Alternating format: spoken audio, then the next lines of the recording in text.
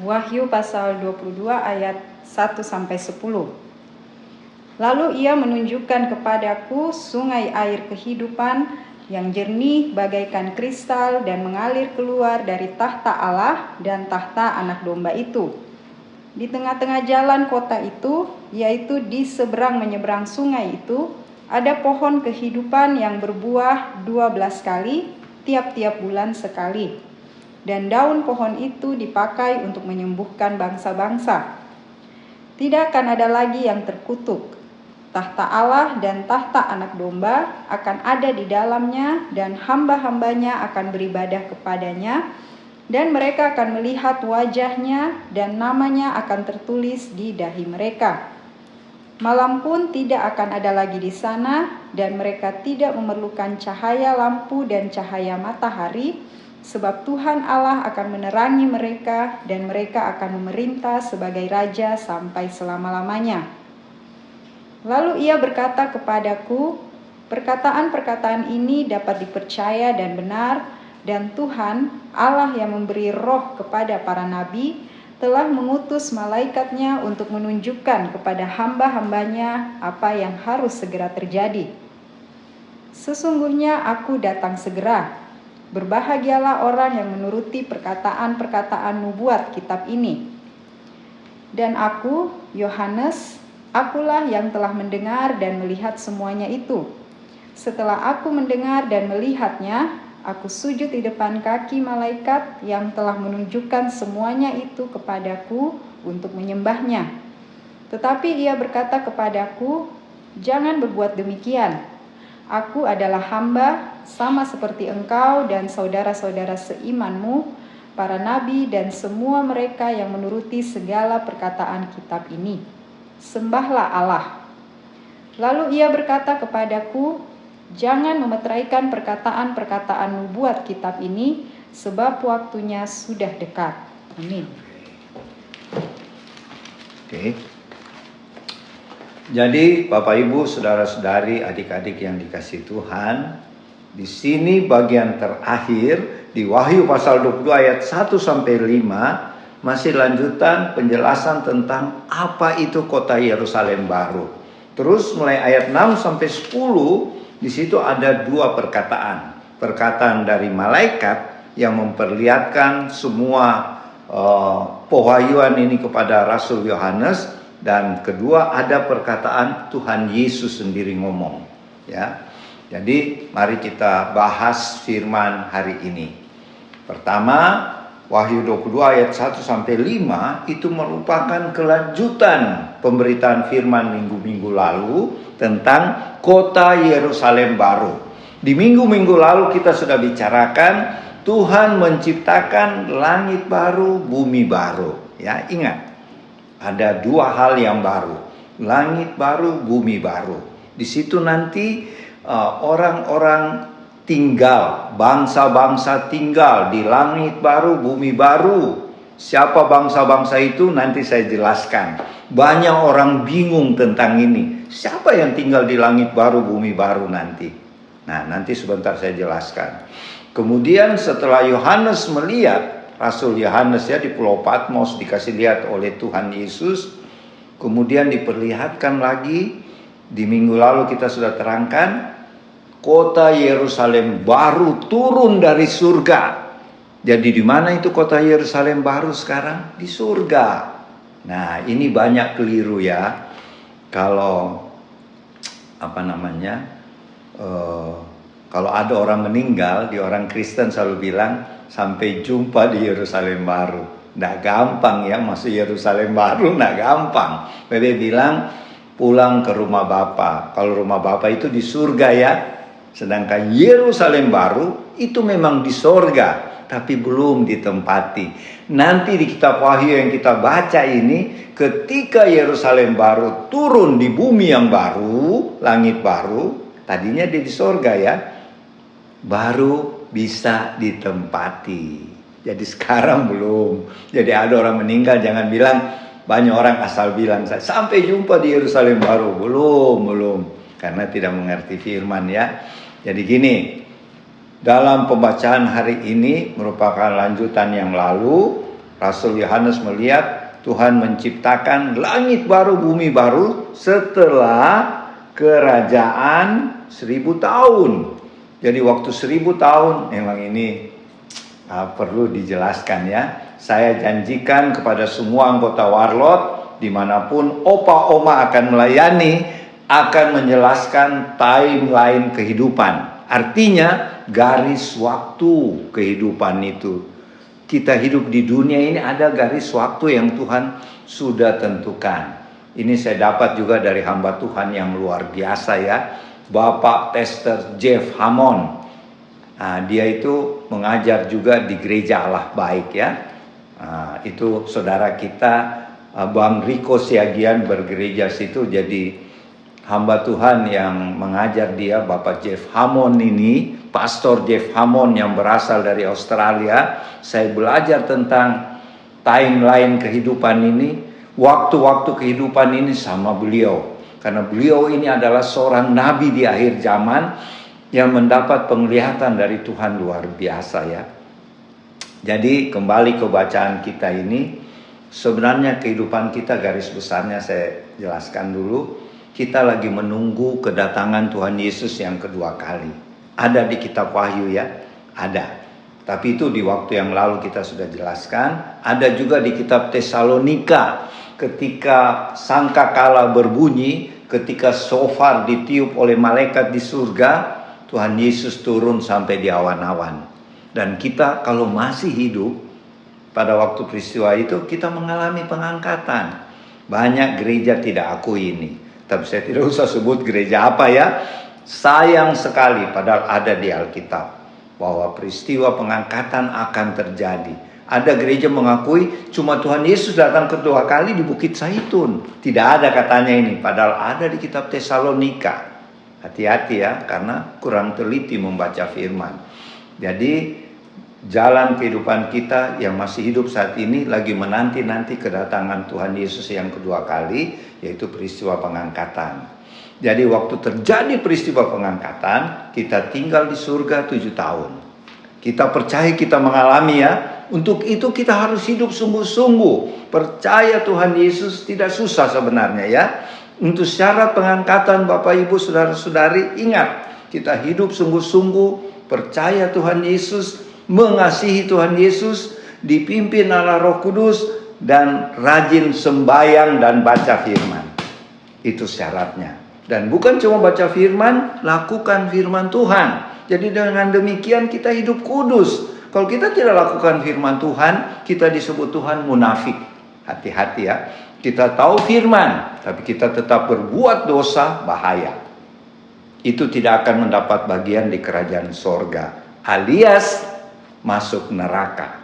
Jadi saya ingatkan sebagai hamba Tuhan, Opa bersama Oma dan semua tim Warlot, kami ingatkan, hiduplah benar. Bagaimana hidup benar? Sesuai firman. Jangan melawan firman Tuhan. Karena Tuhan kasih firman untuk kita jalani. Kita simpan janji-janji Tuhan itu supaya kita tidak berbuat dosa. Ya. Dan kalau kita dipimpin Roh Kudus, tidak susah sebenarnya. Banyak orang bilang, susah hidup kudus. Opa, bohong. Itu kata-kata iblis. Supaya kita tidak mau hidup kudus, kita masuk neraka. Sedangkan neraka sebenarnya disediakan buat iblis ya, bukan buat kita. Tapi kalau kita kalah, makanya ada nasihat di kitab Efesus, di kitab Wahyu untuk jemaat Efesus, buat jemaat di Smyrna, Philadelphia, hiduplah sebagai pemenang. Artinya apa? Kita mengalahkan iblis, mengalahkan dosa. Jangan kita jatuh dalam dosa. Jangan kita bilang gini. Banyak orang Kristen bilang gini. Rohnya kita penurut Pak Pendeta. Tetapi tubuh kita, daging kita lemah. Itu kalau tidak hidup dalam Roh Kudus, daging yang berkuasa. Hati-hati. Banyak orang jadi alasan ini ayat. Padahal bukan maksud Tuhan begitu. Kalau kita sudah hidup baru, sudah percaya Tuhan Yesus, hidup lama kita, hidup kedagingan kita sudah mati. Kalau hidup daging sudah mati, masa mau hidup lagi? Jadi yang hidup baru bersama Tuhan, yang dipimpin oleh Roh Kudus. Tidak susah ya. Jangan kita mengada-ngada sampai kasih kesempatan iblis. Jadi kalau kita sudah hidup benar, tunggu saja. Ketika shofar ditiup oleh malaikat, kita mengalami pengangkatan. Dan kita tinggal 7 tahun di surga. Di bumi terjadi kesusahan yang besar. Bahasa Alkitabnya kesusahan Yakub. Kenapa disebut kesusahan Yakub? Karena itu ditulis di kitab Wahyu tentang bangsa Israel. Jadi Yakub itu punya anak 12 suku ya. Itu suku jadi negara Israel sekarang. Jadi waktu pengangkatan kita sudah di sorga, di bumi antikris memerintah. Ya, tanda-tanda antikris sekarang sudah banyak ya. Kalau Bapak Ibu lihat di YouTube, ada yang bilang antikris sudah datang. Malah datang di Israel katanya. Nah, itu silakan lihat, tetapi yang penting kita sungguh-sungguh hidup benar, hidup kudus supaya mengalami pengangkatan. Setelah 7 tahun kita turun lagi ke bumi bersama Tuhan karena terjadi perang Armageddon. Itu timelinenya ya, jalan waktunya. Terus setelah Armageddon pecah, Tuhan turun dari surga menyelamatkan bangsa Israel dan Tuhan memerintah 1000 tahun di Yerusalem. Yerusalem di mana? Di bumi yang negara Israel. Itu 1000 tahun Tuhan memerintah, Tuhan Yesus. Dan kita memerintah bersama Tuhan. Nah, inilah janji Tuhan di perumpamaan uang mina. Kalau kamu setia menjalankan uang mina, apa itu uang mina? Memberitakan Injil. Kalau kita setia memberitakan Injil sesuai talenta, waktu kerajaan 1000 tahun kita turun dari surga, setelah 7 tahun di surga, kita memerintah sama Tuhan di kerajaan 1000 tahun. Dan pada waktu 1000 tahun itu antikris dengan nabi-nabi palsu dibuang ke neraka. Iblis kemana? Si naga atau ular tua dikasih masuk di jurang paling dalam di Tartarus dan dia dikunci di sana, dirantai oleh Mikael. Nah, selama 1000 tahun tidak ada iblis, tidak ada setan. Jadi jangan kita bilang, oh iblis selalu buat kita jatuh dalam dosa. Tidak. Buktinya di kerajaan 1000 tahun tidak ada iblis, masih ada juga orang berdosa lagi. Sehingga di kerajaan 1000 tahun ada orang yang mati di umur 100 tahun, itu dibilang kena kutuk. Jadi di kerajaan 1000 tahun tidak ada iblis, tidak ada setan, karena iblis lagi dirantai ya, dirantai 1000 tahun di jurang paling dalam, atau bahasa Yahudinya Tartarus ya, di Tartarus. Tapi ternyata manusia masih berdosa. Jadi kalau sekarang manusia berdosa, jangan bilang oh iblis. Buktinya di kerajaan 1000 tahun tidak ada iblis, manusia berdosa. Jadi memang dosa 2 kali ada digoda oleh iblis. Tapi kalau kita lawan kita tidak jatuh. Tapi lebih banyak karena manusia sendiri yang mau berdosa. Manusia sendiri mau kedukun. Manusia sendiri yang mau menipu, membunuh. Bukan iblis ya. Jadi terbukti di kerajaan 1000 tahun tidak ada iblis, manusia masih berdosa. Sehingga di akhir tahun 1000 tahun Tuhan Yesus memerintah di Yerusalem, Tuhan melepaskan lagi iblis. Dan terbukti iblis memprovokasi, iblis menghasut orang-orang yang sudah berbuat dosa ini ya.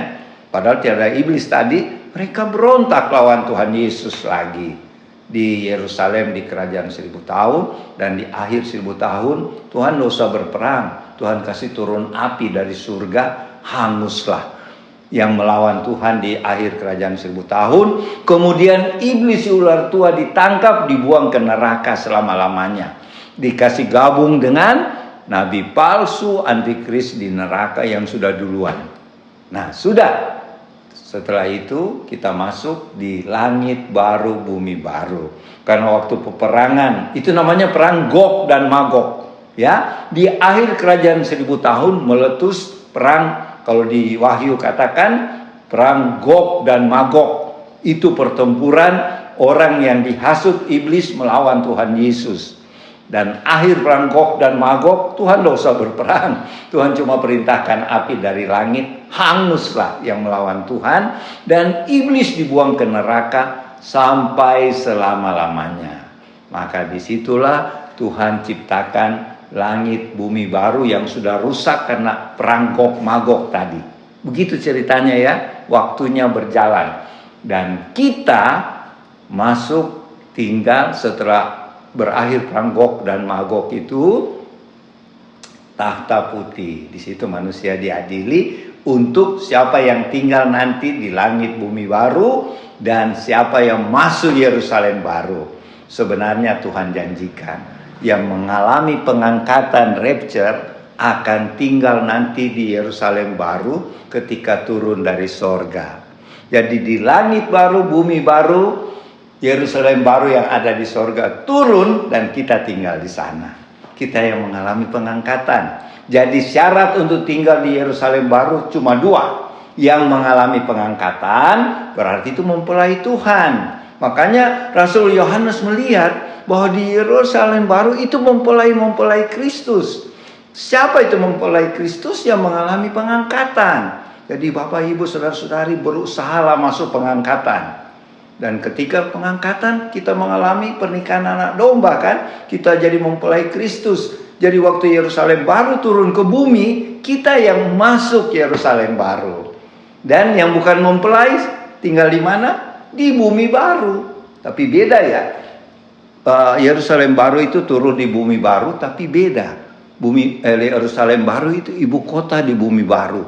Dan yang bisa tinggal cuma mempelai Kristus. Yaitu yang mengalami pengangkatan. Dan yang kedua, yang mati di masa 7 tahun.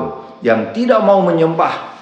Jadi ada orang tertinggal kan waktu sebelum 7 tahun itu masa kesusahan. Tetapi di masa kesusahan besar itu diinjili oleh 144.000 orang Israel itu. Ditambah 2 saksi, banyak yang bertobat. Tapi waktu bertobat mereka dipenggal kepalanya oleh antikris dan pasukannya. Sehingga mereka mati martir waktu 7 tahun kesusahan. Itu yang akan masuk tinggal di Yerusalem baru dengan kita yang mengalami pengangkatan.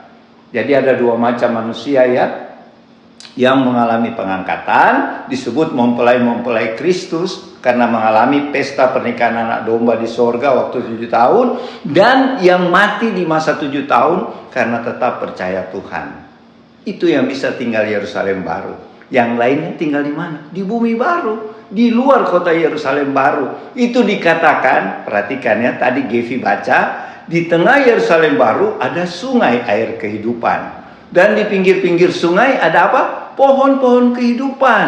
Dan daunnya dipakai untuk mengobati bangsa-bangsa. Siapa bangsa-bangsa itu? Yang tinggal di luar kota Yerusalem baru, di bumi baru.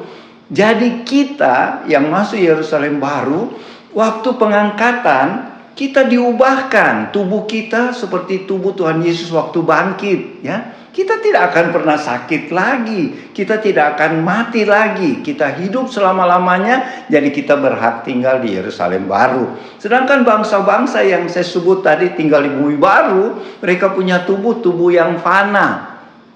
Bukan mengalami pengangkatan, ingat ya. Jadi mereka perlu makan buah-buah dari pohon kehidupan supaya mereka hidup. Kalau mereka tidak makan, mereka mati selama-lamanya. Dan kalau mereka sakit, yang tinggal di bumi baru ya, bukan yang mempelai tadi dengan yang martir. Mereka harus kalau sakit makan daun-daun pohon kehidupan. Itu secara singkat ya. Itu yang saya bisa jelaskan. Jadi berbahagialah kita kalau kita mengalami pengangkatan. Kita akan tinggal di Yerusalem baru ketika turun dari sorga. Seperti yang tertulis di Wahyu 21 dan 22 sampai ayat 5. Ayat 6 sampai 10 di situ Tuhan peringati. Aku akan datang segera. Bahasa aslinya sebenarnya aku akan datang tiba-tiba. Jadi bisa sebentar malam, bisa besok. Jadi banyak orang Kristen bilang katanya datang, tidak datang. Tapi maksudnya bahasa aslinya aku akan datang tiba-tiba. Makanya Tuhan berpesan, berjaga-jaga dan berdoalah karena kamu tidak tahu kapan aku datang. Ya, itu pesan Tuhan di ayat 6 sampai 10 dari Wahyu pasal 2. Dan nanti minggu depan berakhirlah kitab Wahyu, kita akan terangkan lagi. Saya persilahkan Oma Palar untuk melengkapi. Silakan Oma Palar. Selamat siang Bapak Ibu, teman-teman warlot. Di rumah kita jumpa lagi pada siang hari ini. saya menambahkan apa yang tadi Opa terangkan di ayat pembacaan kita hari ini mengenai langit baru, kedatangan Tuhan. Ya, bagaimana Tuhan mempunyai rencana, mengatur rencananya dengan waktu yang Tuhan sudah berikan, yang sudah dijelaskan tadi. Tapi saya tidak menjelaskan, saya tidak menambahkan, karena itu sudah ya dan amin, ya. Tetapi yang saya ingin sedikit menerangkan di sini, di dalam Tuhan tidak ada waktu. Tetapi ini diberikan untuk kita manusia. Sejak kejatuhan Adam, itulah dimulai waktu bagi manusia. Tetapi waktu yang Tuhan berikan pada manusia itu ada aturan, ada waktu. Setiap waktu itu ada rencana Tuhan berlaku di situ sampai pada kita baca pembacaan firman pada hari ini. Bapak Ibu, teman-teman di rumah, yang saya mau jelaskan, tambahkan, banyak manusia ciptaan Tuhan, orang, tapi khususnya anak Tuhan. Saya percaya, saya juga mempelajari itu, banyak yang belum mengerti, belum menyadari bagaimana waktu yang Tuhan berikan pada kita. Ya, seperti Oba katakan tadi, ada timeline-nya, ada waktu yang Tuhan berikan khusus pada akhirnya. Kalau waktu itu, kalau Tuhan kita katakan waktu, selalu ada awal dan akhir. Tapi kita percaya, kita tahu Tuhan tidak ada awal dan akhir. Awal dan akhir menurut Tuhan, ya, semua Tuhan sudah bilang, katakan bahwa saya adalah Alfa dan Omega. Itu bagi kita. Tapi bagi Tuhan sendiri, semua waktu, kita katakan waktu, semua apa yang terjadi di dalam alam semesta ini, Tuhan yang berotoritas. Itu yang pada akhirnya kita ketahui, kita baca pada pembacaan kita siang ini. Yang saya pernah katakan, saya pernah pelajari Opa dengan Oma mengenai tadi yang Opa katakan penginjil. Ya, bagaimana yang sekarang saudara seiman kita, tim kita Riko Siagian adalah pendetanya, John Hammond, ya. Beliau sebenarnya pernah menginjil, pernah bertugas di Poso. Itu kami dapat bukunya, bagus, tapi bukunya tidak ada di kami sudah tinggalkan di Makassar. Tapi kami sangat ingat bagaimana itu, saya juga sedikit terangkan bagaimana Tuhan kalau memakai kita. Tahun itu kami sangat menggebu-gebu hidup di dalam Tuhan, ya, kasih mula-mula, ya, bagaimana akhir dunia ini sampai Tuhan ketemukan. Kalau kita rindu, Tuhan akan ketemukan. Nah, ketemukan, saya juga lupa di mana, tapi saya ketemukan buku itu. Kalau tidak salah kami beli di toko buku. Dan begitulah panggilan kami, Tuhan bimbing sampai pada hari ini mengenai rupanya kami adalah generasi akhir zaman. Dan saya mengulangi sedikit, saya tambahkan, jelaskan kepada teman-teman yang menonton pada siang hari ini, bahwa di situ peta zaman, judulnya peta zaman. Pendeta ini sudah Tuhan berikan, Tuhan sendiri berbicara sampai menyusun buku ini. Saya katakan saja bahwa di peta zaman itu saya ingat sekali ada 7. Tuhan selalu 7 itu angka sempurna.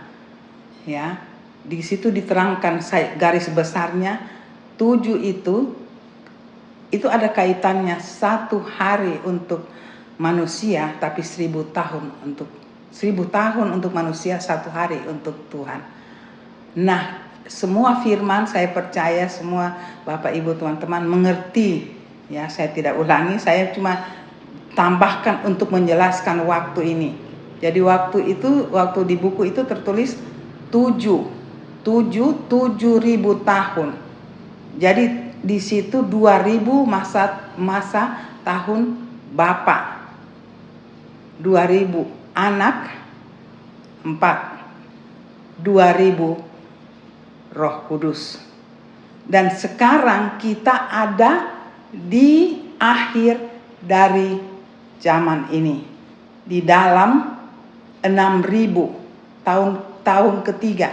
2000, saya ulangi, 2000 adalah taman Bapa, zaman anak 2004 4000, dan 2006 itu yang terakhir. Kitalah di zaman ini sekarang. Dimulai, yang selalu kita dengar adalah zaman Roh Kudus. Sejak turunnya Roh Kudus, itulah zaman akhir sampai kita berdiri hari ini. Jadi kita adalah generasi. Saya tidak ulangi Kak Langit tadi yang Opa katakan bahwa generasi kita ada di mana. Saya percaya Bapak Ibu di rumah, teman-teman sudah dengar tadi. Saya cuma sedikit tambahan supaya teman-teman mengerti. Jadi kita ada di tahun ke-6, akhir.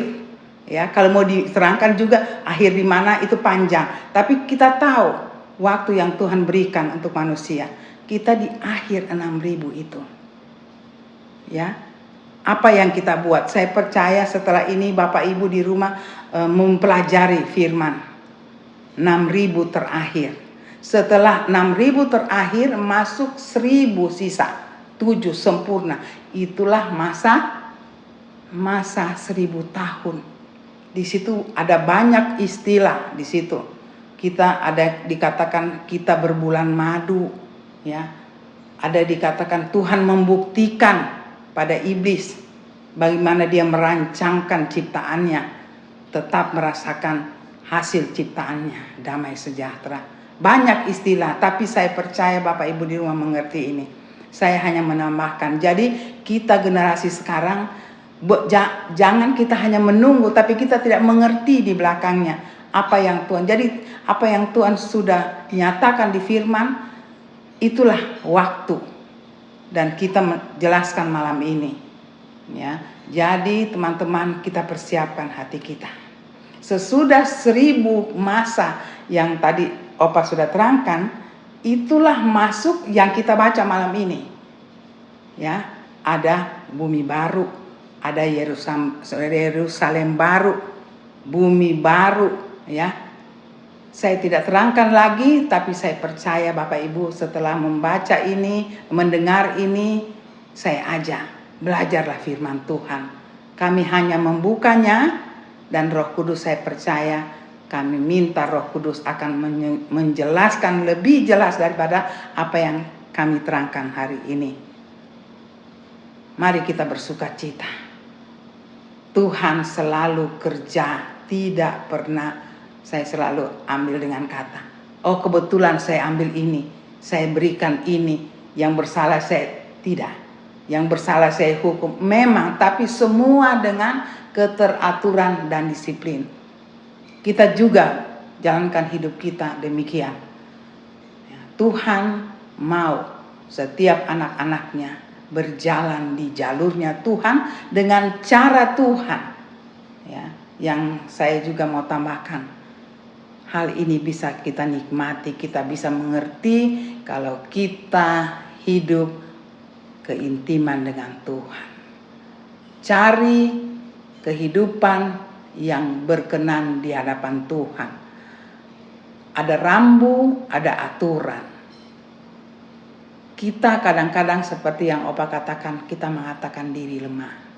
Sebagai anak Tuhan, saya katakan itu tidak bisa. Ya. Memang Tuhan juga mengerti kita hidup di dunia. Ada daging kita, tapi Tuhan sudah memberi rambu. Aku menjadi standar hidup.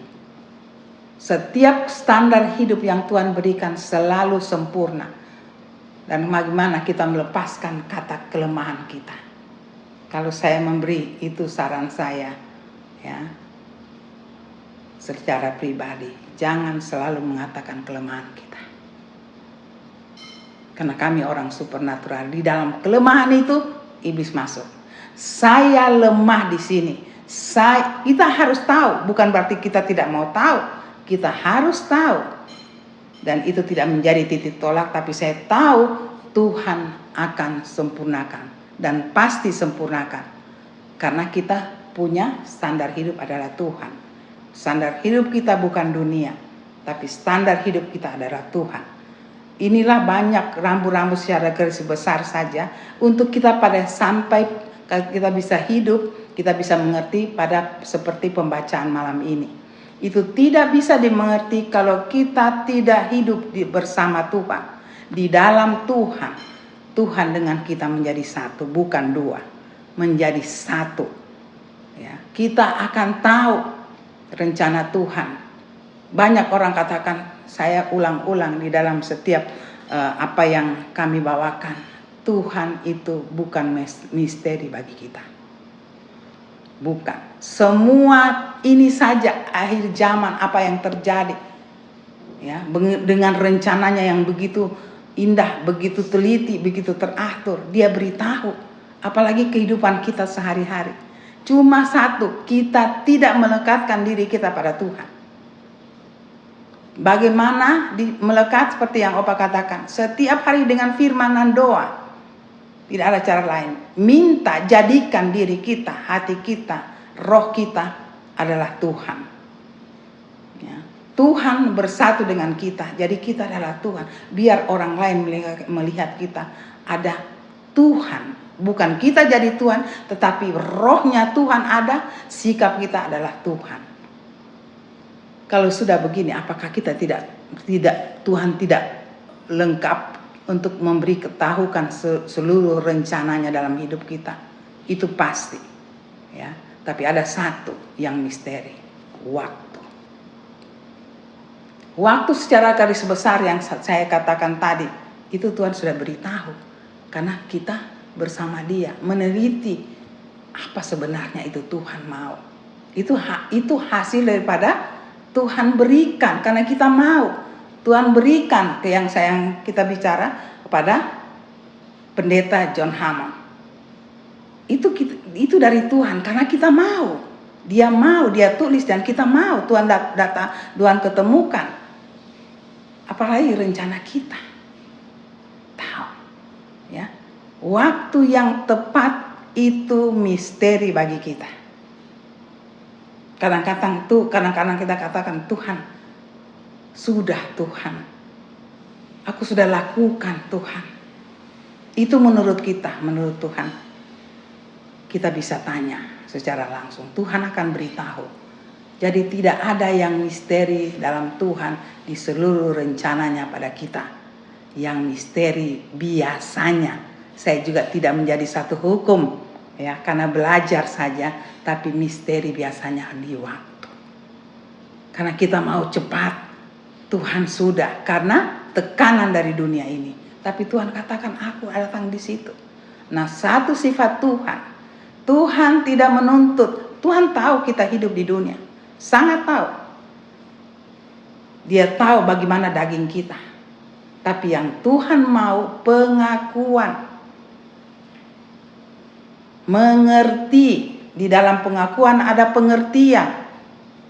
Kalau kita sudah sadari ini, pengakuan kita mungkin satu, iya Tuhan. Kita mengerti cuma satu. Bahkan mungkin setengah, tapi kita mau sampai kita iya Tuhan, itu pengakuan. Di situ yang Tuhan lihat. Bukan hasil daripada apa yang Tuhan mau. Tuhan mau memang ada hasilnya, tapi Tuhan katakan kita berjuang. Disitulah iman. Iman timbul selalu ada hubungan dengan Tuhan. Tanpa iman kita tidak bisa. Di pengertian iman itulah, ya, saya tidak kupas lagi. Tentu biar sedikit sebiji sesawi bisa. Berarti iman itu Tuhan yang berikan.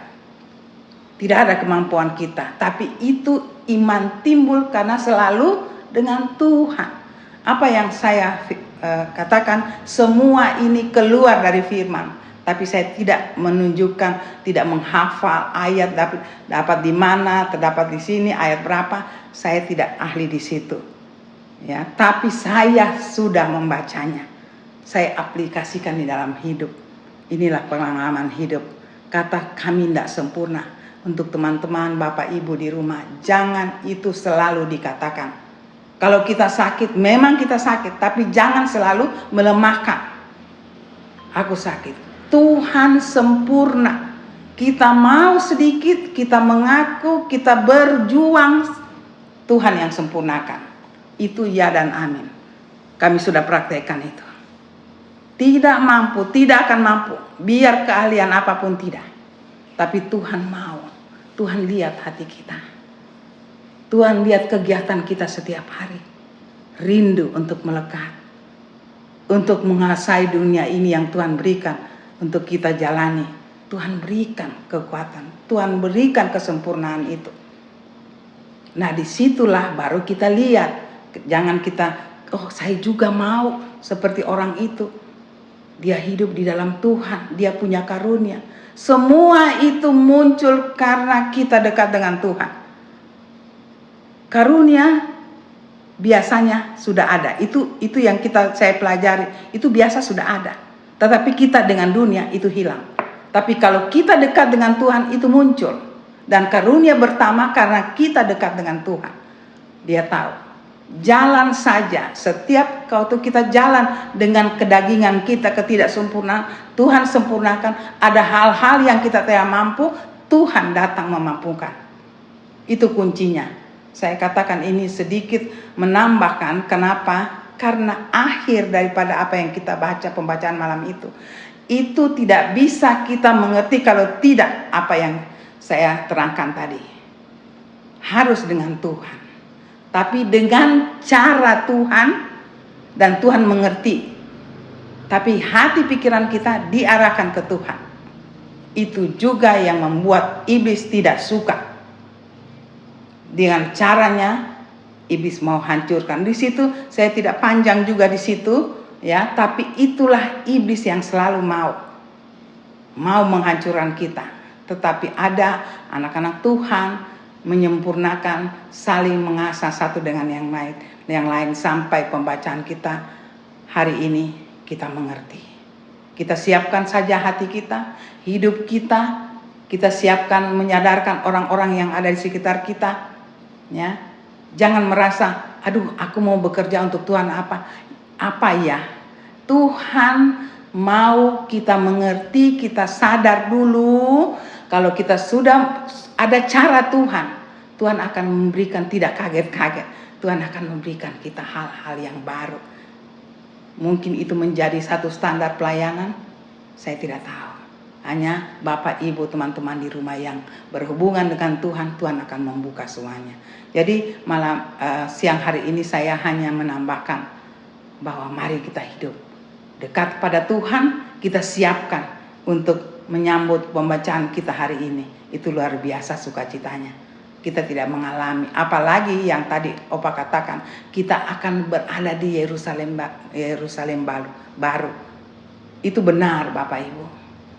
Beda, kita adalah orang-orang terpilih. Kalau kita hayati ini, itu sangat luar biasa kehidupan anak-anak Tuhan di zaman kita. Kita spesial, ya, hebat. Tuhan memberikan satu karunia, satu pemberian hadiah yang kita tidak duga. Kita tidak duga karena kita tidak mengerti. Tapi kalau kita belajar, kita mengerti, kita bersyukur. Hanya itu saya lengkapi firman hari ini. Kiranya itu menjadi berkat yang luar biasa bagi Bapak Ibu, teman-teman di rumah. Kita sudah hampir mengakhiri kitab Wahyu ini. Tinggal bagaimana kita mempraktekkan. Kiranya menjadi berkat dan Bapak Ibu di rumah kembali mengolahnya bersama Tuhan. Tuhan akan memberikan sesuatu yang luar biasa lebih dari apa yang kami berikan pada hari ini. Sampai kita jumpa di minggu depan. Tuhan memberkati. Maranatha. Amin.